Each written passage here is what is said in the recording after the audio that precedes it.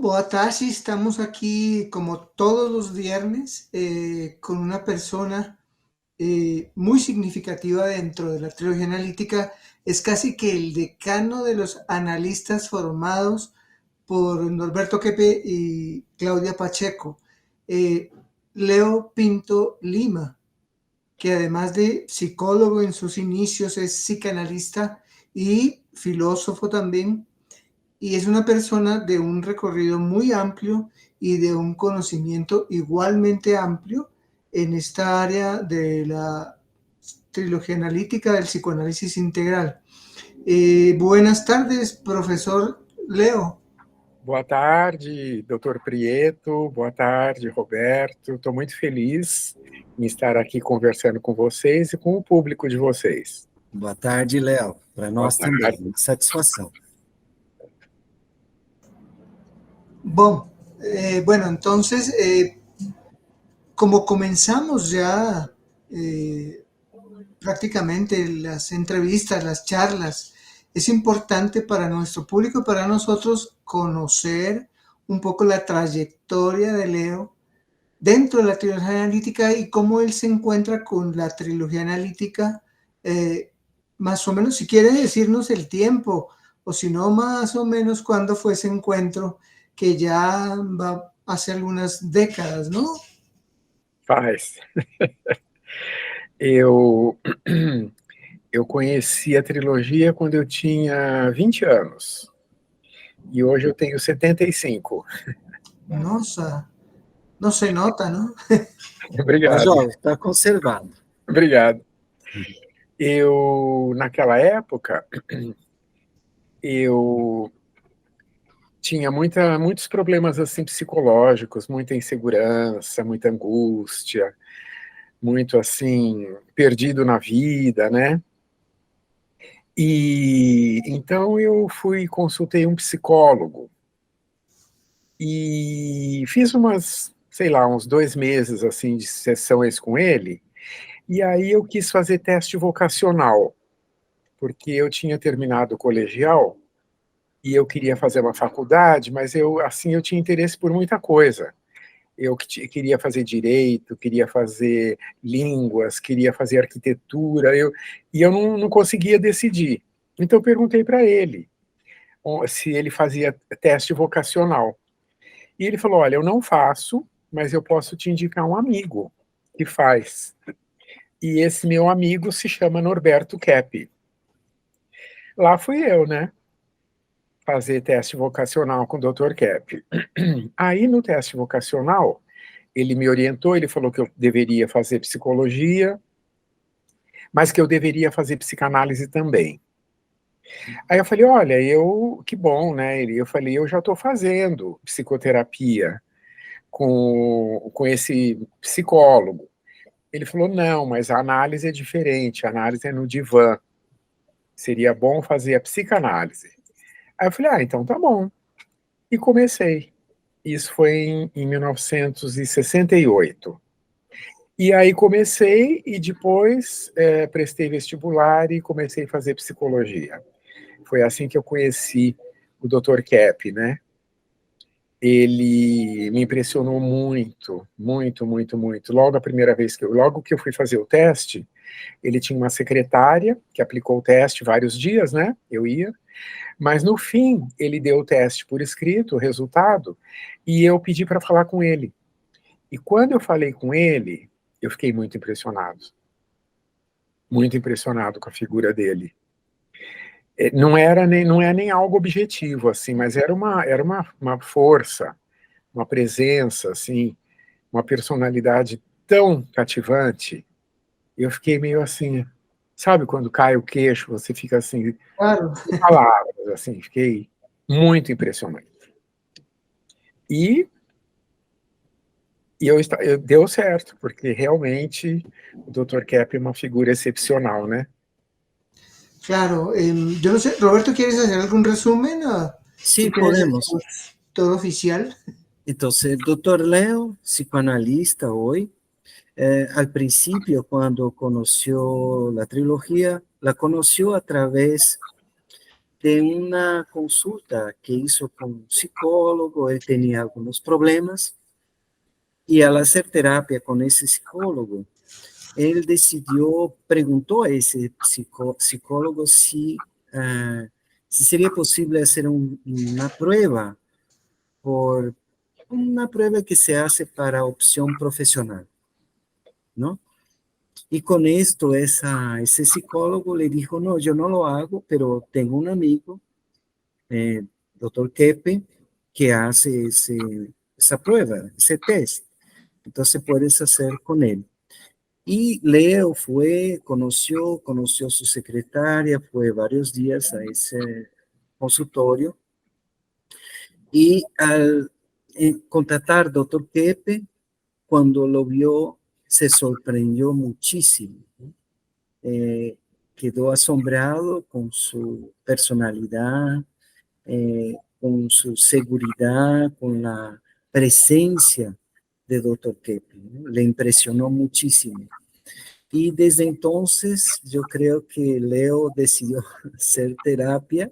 Dr. Keppe lo aconsejó a que hiciera una terapia de psicoanálisis, porque él hacía con un psicólogo y le dijo, no, haga una terapia de psicoanálisis que es diferente, se hace en el diván, entonces no es igual, y le aconsejó que hiciera esa terapia.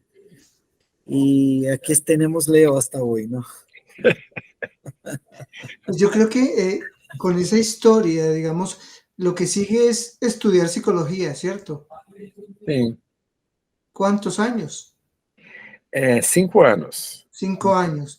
Y luego, ¿cómo es que Leo Lima se entronca, se une con la trilogía analítica ya desde el psicoanálisis integral? Porque sabemos por experiencia y por todo lo que hemos estudiado estos últimos años, que la psicología tiene un enfoque que dista mucho, que no se parece tanto al enfoque psicoanalítico. Entonces, ¿cómo fue ese unir las dos visiones y echar a andar dentro del psicoanálisis? Foi assim, não foi muito suave, não. Mas como eu fazia a trilogia analítica com o Dr. Keppe antes da faculdade, antes da psicologia, o que eu estranhei foi a psicologia. Eu entrei lá, eu já era cliente de psicanálise, né? Uhum. E eu entrei na faculdade porque eu tive que esperar o vestibular. Por isso que eu não comecei de imediato. Comecei a análise e depois que eu tive que esperar a época de vestibular e tudo mais, aí que eu entrei na faculdade. Quando eu entrei na faculdade, eu estranhei. E no começo, eu sempre levava os assuntos para análise, né? Eu não conhecia, então eu chegava na análise e falava, olha, doutor Keppe, eles falam lá que a psicanálise é uma coisa ultrapassada. Perdão. Que a psicanálise é uma coisa ultrapassada, uma coisa antiga, que a psicologia agora é mais moderna, ela lida mais com o comportamento, e eu levava, né? E aí o Dr. Keppe me explicava, e eu fui falando, estou entendendo e tal. Aí eu chegava na faculdade, e eu falava o que o Dr. Keppe me falava, né? Então teve um certo choque. E era uma faculdade, assim, que seguia uma psicologia muito moderna, e ela não usa, assim, a interiorização, não trata, assim, muito da vida psicológica em si, né, como a psicologia moderna faz. É mais o comportamento aparente e tudo mais. Então, assim, não fui aceito nessas ideias, eles não gostavam da psicanálise, e fui fazendo lá o que eu precisava fazer para ter o diploma, né, mas, assim, meus colegas, assim, não concordavam muito, nunca se interessavam muito com os livros que eu levava, o material, comentários que eu fazia, eles não gostavam, não. E nem os professores, né. Então, terminei o curso, quando eu saí de lá, logo eu me formei em 73, mas o Dr. Keppe já tinha me convidado a atender como psicanalista desde eu não me lembro exatamente as datas, mas logo já comecei a atender. Nós tínhamos uma clínica popular que era uma clínica, assim, para pessoas com um poder aquisitivo não muito alto, então o preço era, assim, bem acessível, né? Então nós, iniciantes, começamos a atender essas pessoas, era uma clínica própria para isso.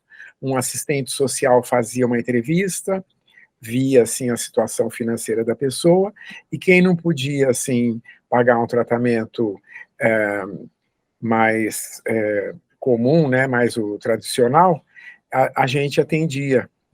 E atendemos durante muitos anos, e fomos, assim, adquirindo nossa experiência dentro da psicanálise.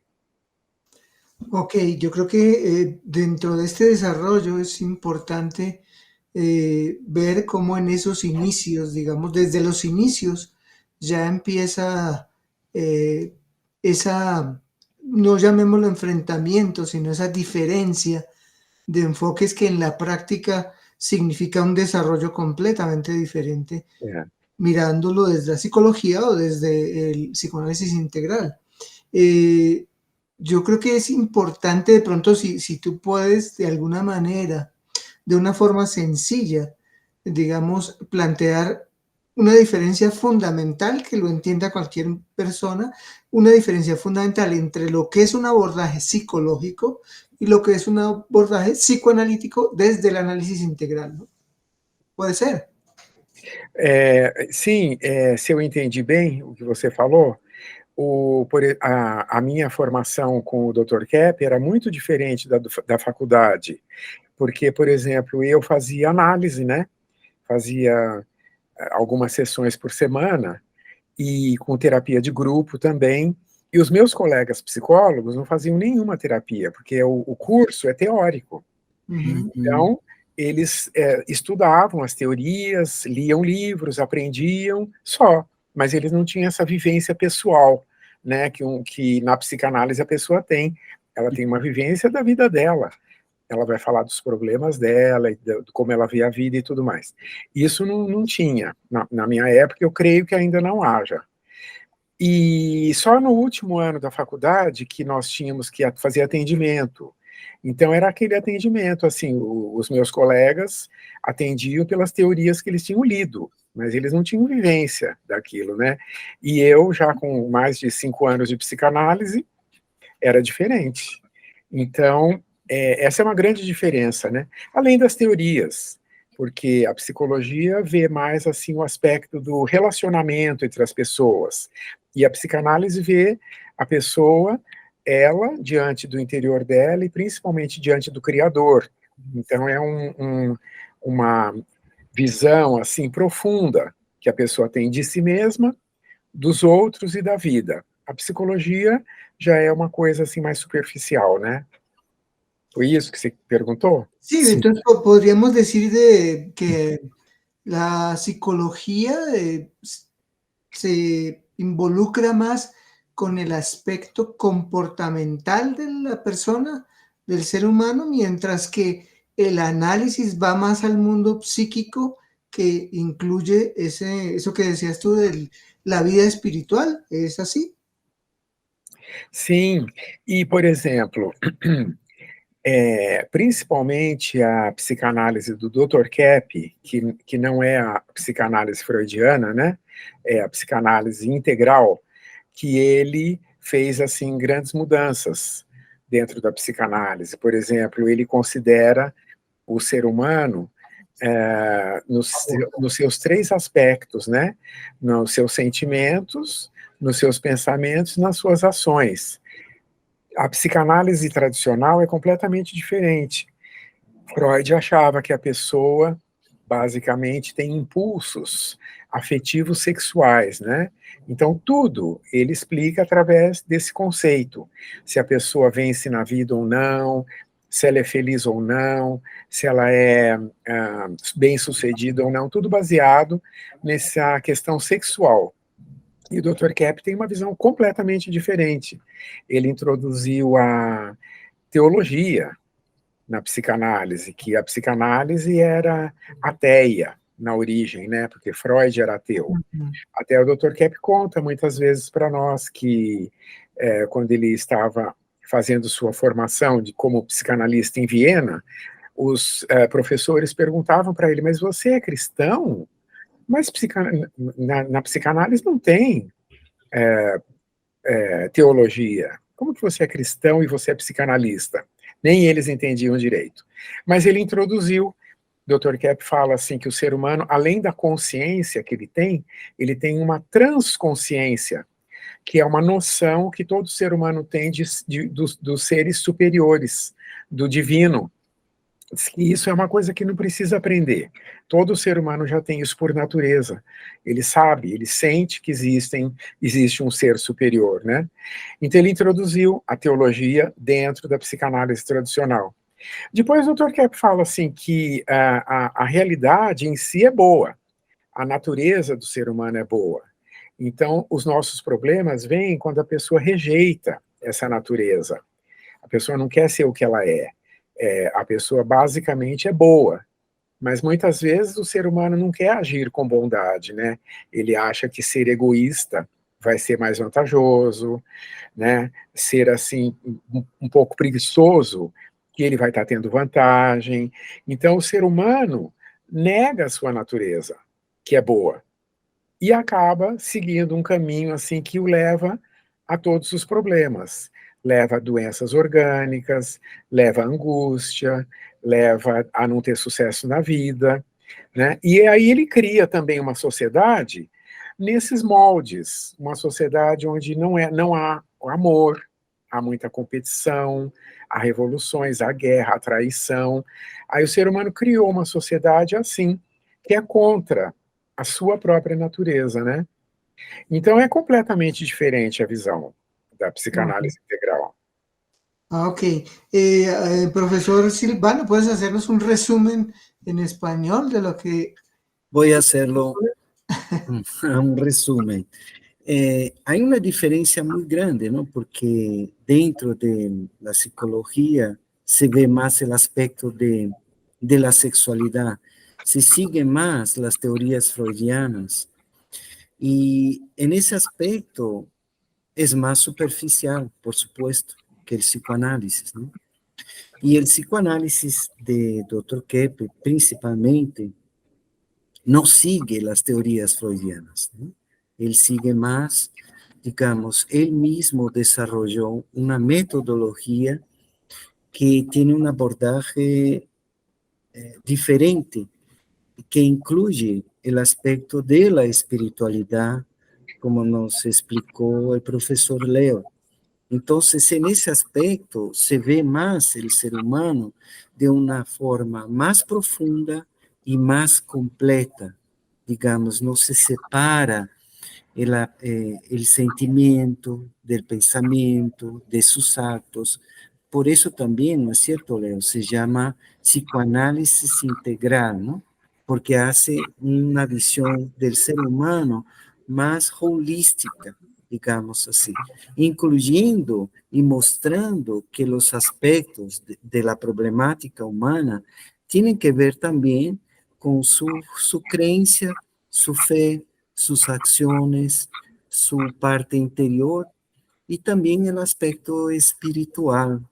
Haciendo así un resumen corto, yo creo que si hay algo más el profesor puede completar o Leo mismo. Yo quería anotar lo que Leo remarcó de la transconsciencia, del transconsciente, que sería como, según lo entiendo, como la percepción en el hombre de lo trascendente, de lo trascendental, ¿no? Que es una diferencia marcadísima como cualquier otra visión. Sí. Porque el mismo Keppe dice, si estoy mal me corriges, que cuando la persona llega al análisis y ve que el analista acepta que tenga su creencia, que tenga su forma de ver lo trascendente, se calma un poco y también a veces los procesos se van desarrollando mucho más tranquilamente y más profundamente. ¿Es así? Sim, porque muitas pessoas pensam que elas não são religiosas. Então eles falam assim, não, mas eu não tenho muito interesse por isso e tal.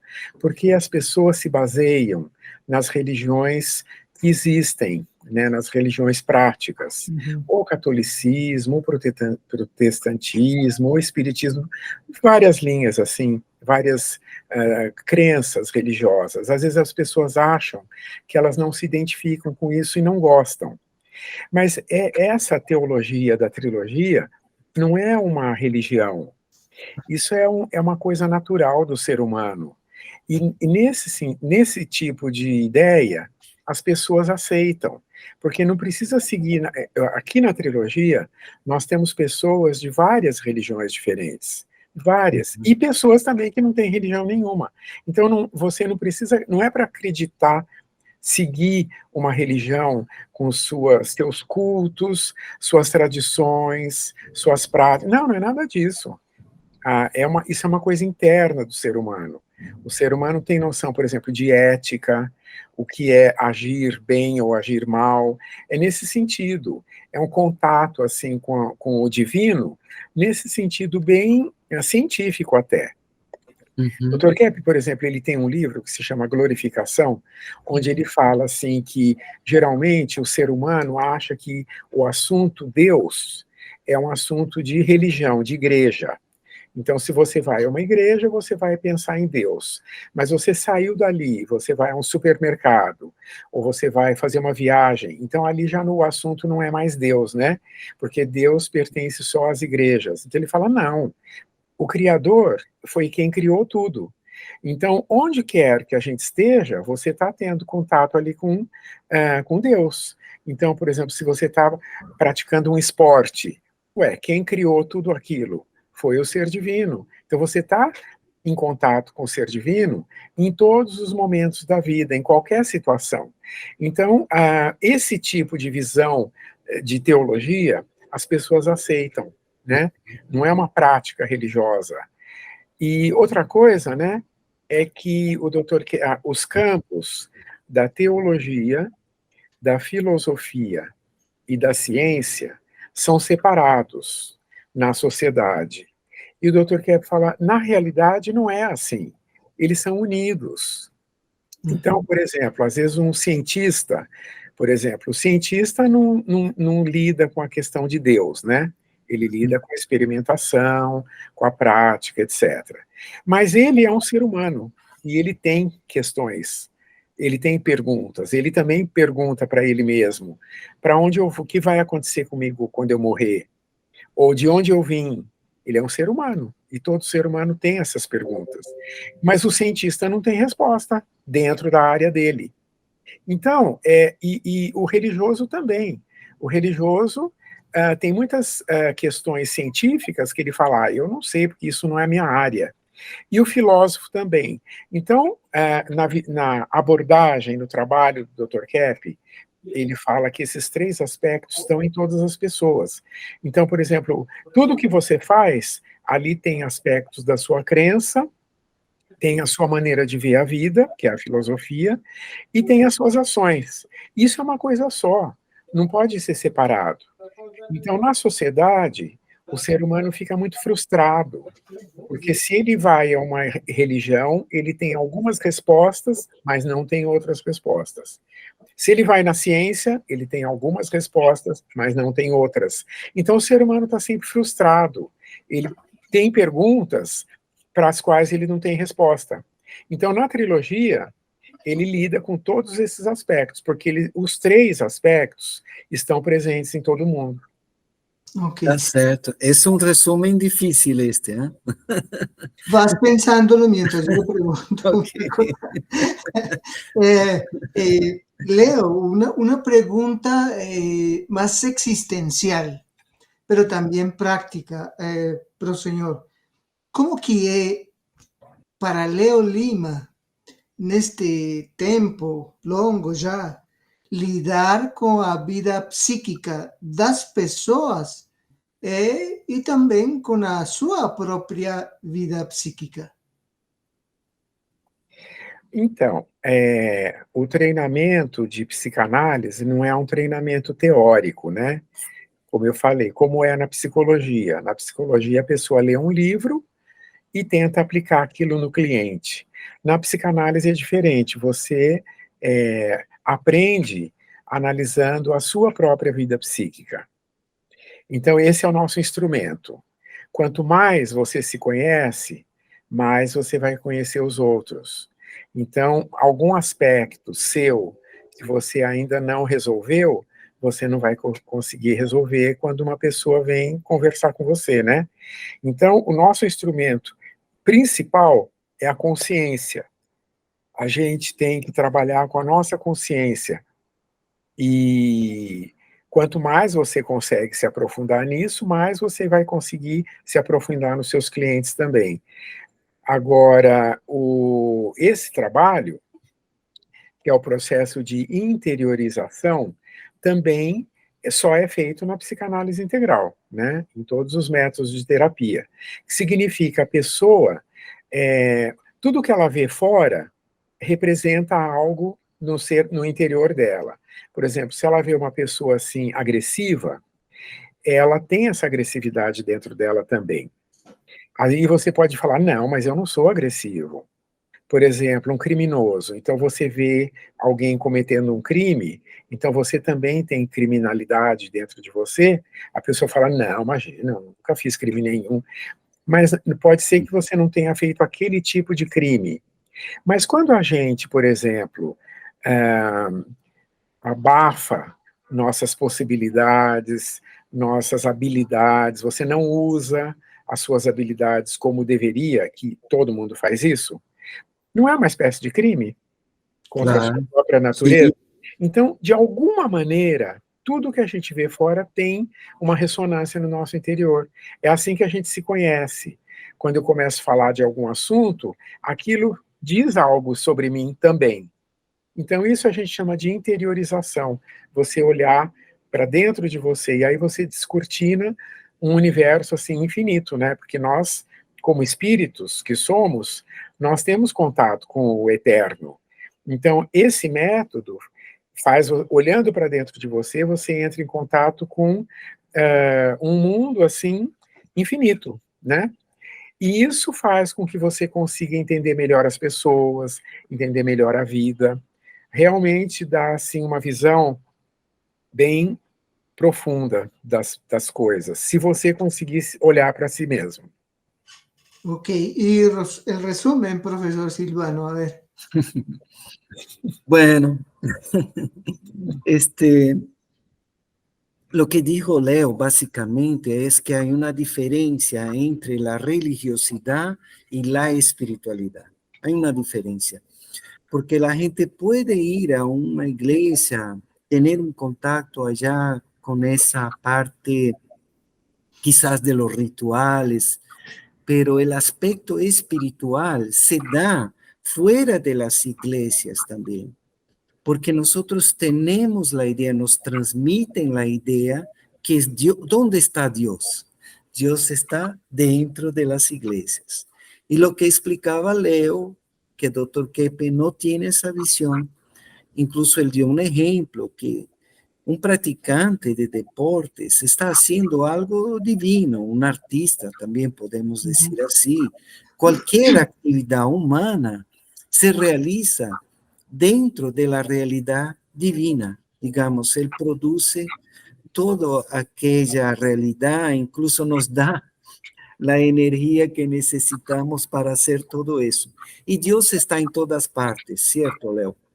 Sim. Y eso es lo que Dr. Keppe trata de decir, que los religiosos, al poner Dios solo dentro de las instituciones, han privado la humanidad de ese contacto en la vida diaria, ¿no? En nuestro trabajo, en nuestros estudios, cualquier actividad humana está Dios presente en eso, está su energía, está su emanación divina, incluso las inspiraciones que tenemos.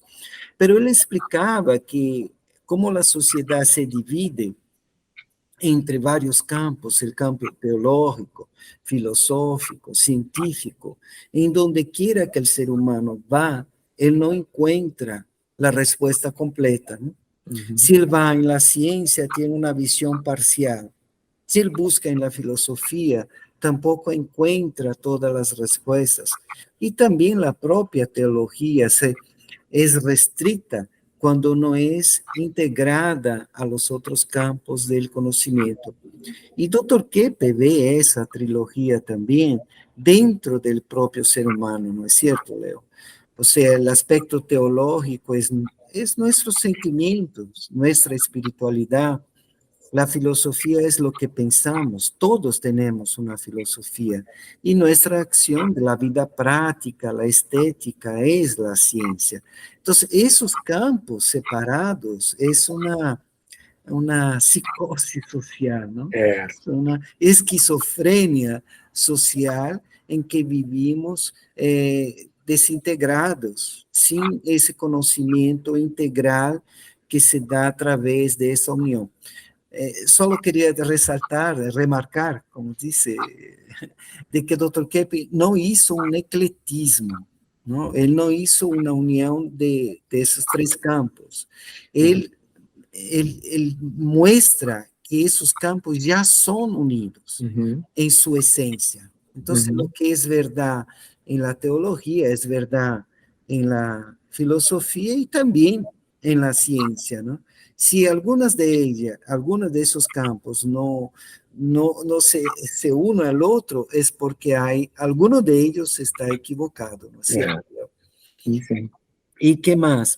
En el aspecto práctico del psicoanálisis, Leo explicaba que el aspecto trascendente, ¿no? Que el paciente tiene que captar del aspecto, digamos, de su existencia, es una existencia espiritual, ¿no? En este mundo incluso, ¿no? Entonces, las religiones nos dicen más de una fe, una creencia, un comportamiento. Y el aspecto trilógico de la espiritualidad es la acción práctica, ¿no? En lo bueno, en lo bello, en lo verdadero. No sé si me perdí un poco en toda esa explicación, No, pero... no, no, no, no, o senhor não está perdido, não, não, não se Não, é melhor preocupe. a explicação que minha explicação. Digamos, ahora para terminar, un poco quería pedirle a Leo unas palabras cortas sobre tres aspectos fundamentales que a mí me parecen fundamentales. Que Leo nos diga algo profundo, como él sabe ya decirlo, por su experiencia, sobre Norberto Keppe, sobre Claudia Pacheco, que es una figura principalísima, y sobre la facultad trilógica Nuestra Señora de Todos los Pueblos. Bem, eu acho que eu diria que Dr. Keppe e doutora Cláudia, eles mostram que a realidade em si é boa. O Criador, sendo perfeito, ele criou tudo perfeito. Então, como diz a Bíblia, que nós somos criados no paraíso e que nós saímos do paraíso. Então, o Dr. Keppe fala, não, nós ainda estamos no paraíso.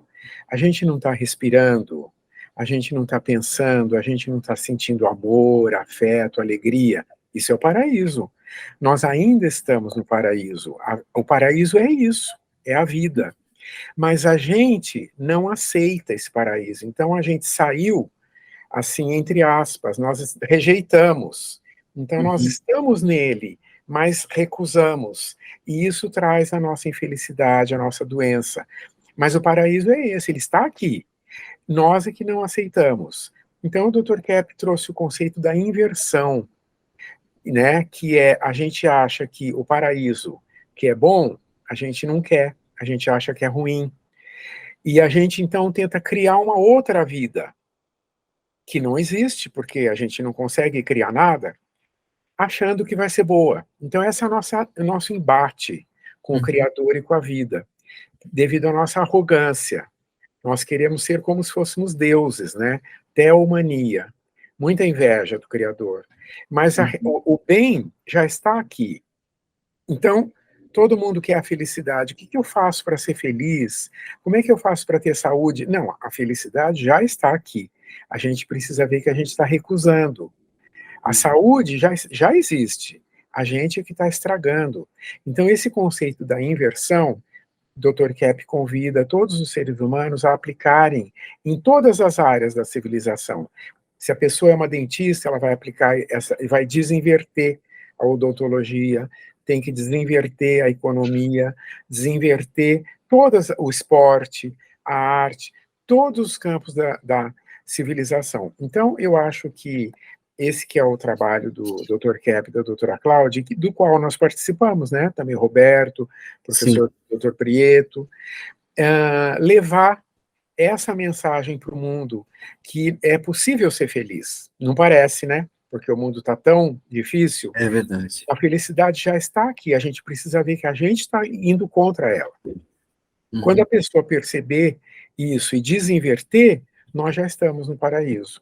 Acho que essa é a mensagem que a gente precisa trazer para o mundo.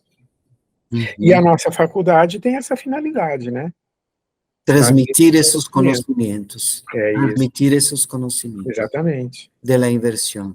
Entonces, resumidamente, Leo nos ha explicado que el problema del ser humano, ya estamos en el paraíso, ¿no es cierto, Leo? Sí. Respiramos nuestros sentimientos, tenemos todo el bien posible ya ahora. Lo que no sabemos es que estamos rechazando ese bien, que no aceptamos ese paraíso que ya existe, ¿no? Entonces, nuestra neurosis, Leo, es ese rechazo al bien, ¿no? El rechazo al bien divino, porque el Creador ha creado todo eso, ¿no? Y no lo aceptamos. Entonces, no aceptar la realidad, el bien, lo bueno, lo bello, es porque en el fondo estamos rechazando lo que viene del Creador. Esa es nuestra teomanía y nuestra inversión, como Leo explicaba, ¿no? Esa conducta de, digamos, practicar el mal, aceptar el mal y rechazar el bien, es una inversión que hacemos. Y nuestro trabajo, el de Leo, el mío, el de Francisco, el de la facultad, el de Dr. Kepp y doctora Claudia también, que están activa en la vida social, es traer esa conciencia que el ser humano está en un paraíso rechazado, que él no acepta el bien divino que ya existe aquí. Entonces, nuestra neurosis, Leo, es más en un aspecto teológico, ¿no? Es un conflicto con Dios, ¿no? Prácticamente. Ahora, y la cuestión de los demonios, Leo, ¿cómo? Porque la gente en general no cree en eso, piensan que eso es como así, es una fantasía. O sea, el primer ser, el gran invertido, entonces seria Lúcifer, não é certo? Então, assim como nós recusamos o paraíso aqui, agora, não só lá no passado, mas cada um faz isso, né? Os seres espirituais também fazem isso. O Criador, por exemplo, Deus não criou o demônio, porque Deus não cria o mal. O mal é uma ausência do bem. Toda vez que tem uma ausência de um bem, isso é que é o mal. Ele não é alguma coisa que você pega, ele é uma ausência. Ele é quando não tem o bem. Então, o demônio foi criado bom, porque o Criador só cria o que é bom. Só que o demônio não aceitou a natureza boa dele, como nós. Ele não aceitou, por isso que ele é um demônio. É uma ausência do bem que ele é. Ele não quer ser bom. Ele não aceita ser o que ele é. Ele quer recusar o bem. Nós fazemos isso também, num grau menor, né? E com a diferença de que os demônios, eles já decidiram. Eles não voltam atrás. O tempo deles terminou. Eles já fizeram a decisão. Não queremos o bem. E não vão mudar. Nós ainda podemos mudar, porque nós estamos vivos. Isso é que é importante para nós, né? E enquanto a gente está aqui vivo, nós ainda podemos escolher. Mas depois que a gente passar para o outro lado, aí já está decidido. Então, importante a pessoa conhecer isso, saber disso. Como é importante as escolhas que ela está fazendo agora, né? Escolher pelo bem. Porque se ela não quiser, a vontade dela vai ser respeitada. Deus não obriga ninguém a gostar dele. Ele quer que a pessoa goste dele se a pessoa quiser. Então, se a pessoa quiser rejeitar, aí ela não vai ter o bem, né? Se ela rejeitou o bem, o que ela vai ter? Uhum. Entonces Leo O explicó demônio é assim. que la parte espiritual también incluye la visión de los demonios. Y el demonio no fue creado demonio, él fue creado un ángel de luz. Y él, por una actitud de envidia, de soberbia, de ponerse en contra al creador, creó la inversión, digamos así, ¿no? Uhum. Y a través de esa actitud también influenció a los seres humanos, ¿no? Entonces, Leo, tenemos que entender que el mundo espiritual tiene la influencia de los ángeles todos los días en nuestras vidas, pero también hay la influencia de los demonios, porque ellos son seres espirituales enfermos, ¿no? Entonces, al tratar de nuestra patología, nuestra soberbia, nuestra envidia, nuestra inversión, también estamos tratando de un tema que se relaciona con nuestra espiritualidad y que también podemos ver que nosotros tenemos esa oportunidad porque aún estamos vivos, como dice Leo. Los demonios ya hicieron su opción de voluntad, en la trascendencia no hay vuelta atrás, pero nosotros tenemos la oportunidad a través de nuestra voluntad de elegir el bien, ¿no? Volver al bien, volver al Creador o rechazarlo definitivamente. Entonces, por eso Leo dijo que es muy importante que el ser humano empiece a pensar en eso, en esta vida. No deje eso para después de esta vida, porque ya estamos ahora conectados a ese mundo trascendente, ¿no es cierto, Leo? No Sim, estamos separados en ningún minuto, ¿no? é. E esses demônios, esses seres espirituais, eles são invisíveis. Uhum, Então a pessoa pensa, bom, se eu não estou vendo nenhum demônio aqui, não estou vendo nenhum monstro, então não tem. Não, mas eles são espíritos, eles são assim pensamentos que vêm na nossa mente. São espíritos. Então você não vê, mas a gente tem esse contato com eles têm muita influência na gente. Muitos pensamentos que a gente pensa que são nossos não são. uhum, Assim como tem pensamentos bons de anjos também que não são nossos. A nossa vida psicológica e espiritual é assim, né? uhum, Várias ideias de vários espíritos o tempo todo, sem parar.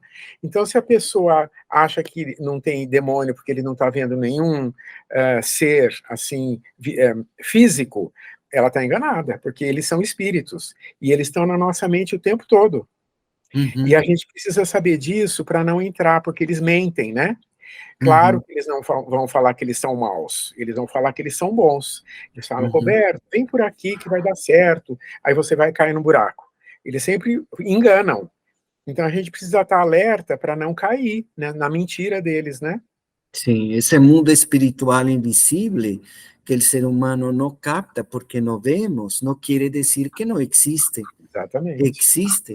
Y esa parte espiritual nos influencia muchísimo en nuestras decisiones, en nuestros fracasos, en nuestras enfermedades, en nuestras desdichas. Todo eso no es ocasionado por Dios. Esa es una mentira del demonio, ¿no? Sim, Y una confusión del ser humano que incluso los religiosos hacen de que Dios le agrada que el ser humano sufra.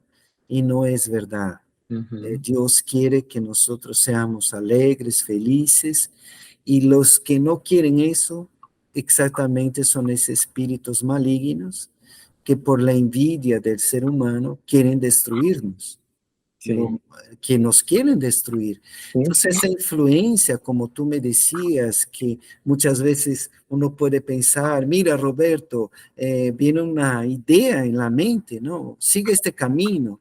Y uno piensa, no, eso es de mi cabeza, soy yo quien tuve esa idea. Ingenuidad humana, ¿no es cierto, Leo? Porque Sim. ahí puede haber, sí, una influencia espiritual. Ellos se comunican con el ser humano telepáticamente sin que el É, ser humano se dé cuenta de eso. Entonces, isso. muy importante darse cuenta de esa influencia espiritual en nuestras vidas, ¿no? Isso. Ujú. Agora, não é uma coisa supersticiosa.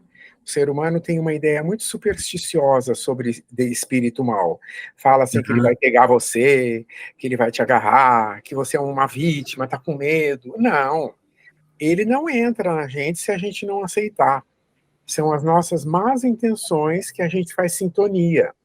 Só Ujú. assim que ele entra, você como se você aceitasse, como se você Ujú. abrisse a sua porta. Se você tiver correto, com bons pensamentos, boas ações, assim, tentando, né, ser honesto na vida, eles vão longe, porque eles não gostam de ficar perto do bem.